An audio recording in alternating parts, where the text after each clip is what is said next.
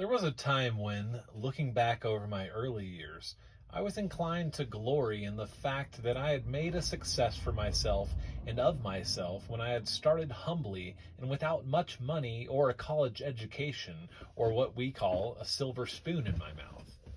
I classed myself, I expect, with other Americans whose names are known and connected in every schoolboy's mind with poverty bravely endured, hardships undergone, and mean tasks well performed. In short, I was rather fond of the American log cabin to president tradition. Now I wonder if this whole business isn't rather empty. I don't believe I ever had a moment's pity for myself because I was having a hard row to hoe as a young man making a start in California. The fact is that America is great, not because her poor boys have struggled through difficulties and become successful, but because there are here great difficulties to be overcome. The struggle has brought out the best inherited tendencies and potentialities in her men and women when their environments have been poor or simple or their chances meager. It is this environment that is changed by the American environment of education, ambition, opportunity, and the rivalry to excel. These factors or forces operate when the heredity is sound, to give us our presidents and our captains of industry, our thinkers and writers and artists and scientists and leaders in every line.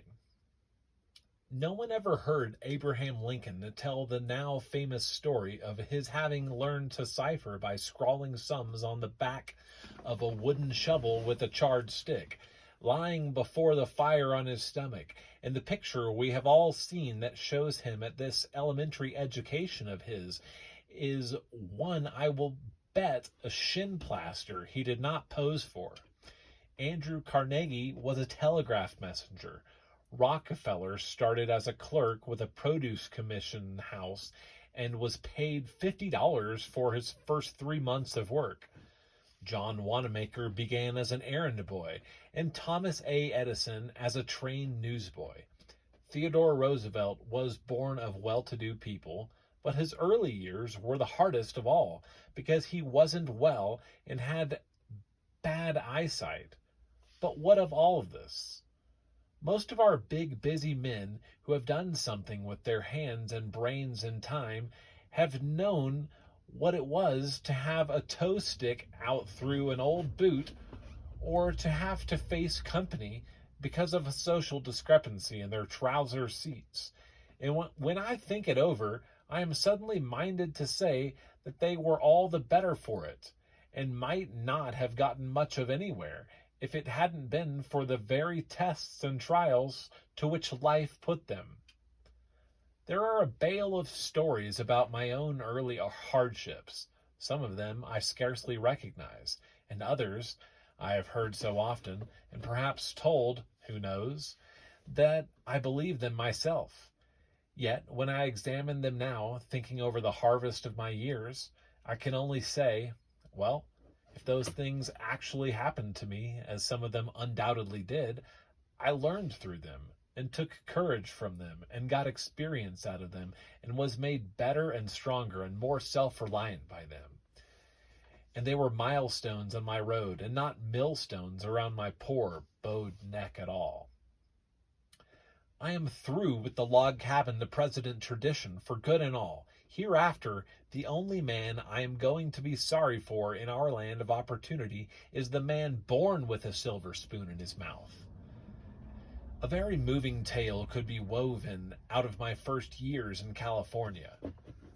But an old letter which I wrote back east a few days after my arrival shows me that I had about everything that would make life interesting and worth living to a young man with great ideas of what he was going to do with himself.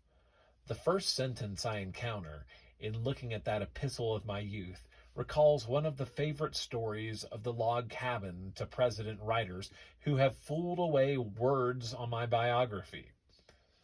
The anecdote has been embellished and worked over until you might believe that I began my Santa Rosa experience in a chicken coop because I couldn't afford better quarters. Well, Here are the facts. Brother Alfred and another fellow have put up an 8x10 shanty, and I expect to go to keeping house with them tomorrow. We bought crockery, bed ticking, etc. Last night, I shall not look for work for a week. The change of climate has given me a cold, as it does nearly all. But I never felt so contented and free from mental disquiet, and never slept or ate better in my life. A fog is hardly ever seen here. The wind never blows hard. I wish you could see California fruit. I was brought a pear at San Francisco when I thought I was hungry for 5 cents. It was so large that I could only eat 2/3 of it. I threw the rest away. Grapes are so abundant that all are allowed to help themselves to the nicest kinds at the vineyards.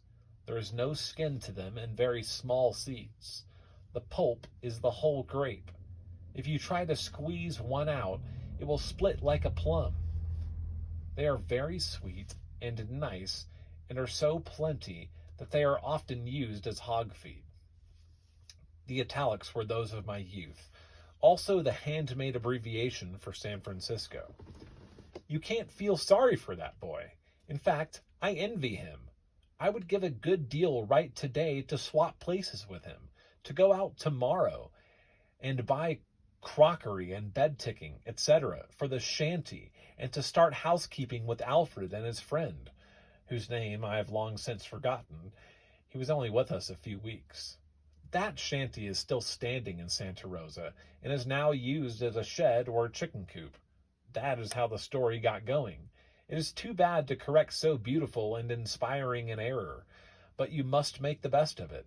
I didn't begin life in California sharing my roof with the chickens, and it is quite apparent that I was well fed and happy when a bunch of grapes could send me into rhapsodies, and 2/3 of a 5-cent pear could satiate me. Another letter, written at about the same time, has some valuable material in it.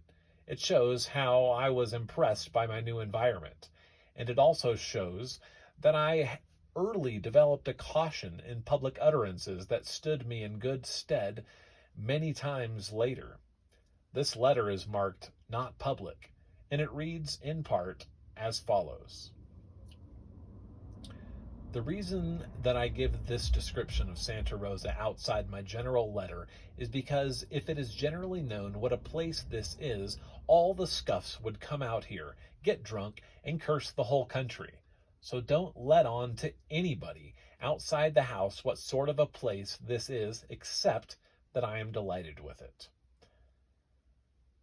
I firmly believe from what I have seen that it is the chosen spot of all this earth, as far as nature is concerned, and the people are far better than average. The air is so sweet, it is a pleasure to drink it in. The sunshine is pure and soft. The mountains which gird the valley are very lovely. The valley is covered with majestic oaks placed as no human hand could arrange them for beauty. I cannot describe it. I almost have to cry for joy when I look upon the lovely valley from the hillsides. The gardens are filled with tropical plants, palms, figs, oranges, vines, etc. Great rose trees climb over the houses, loaded with every color of blossom. Do you suppose I am not pleased to see the fucacias on the ground 12 feet high, the trunk 10 inches in circumference, and loaded with color?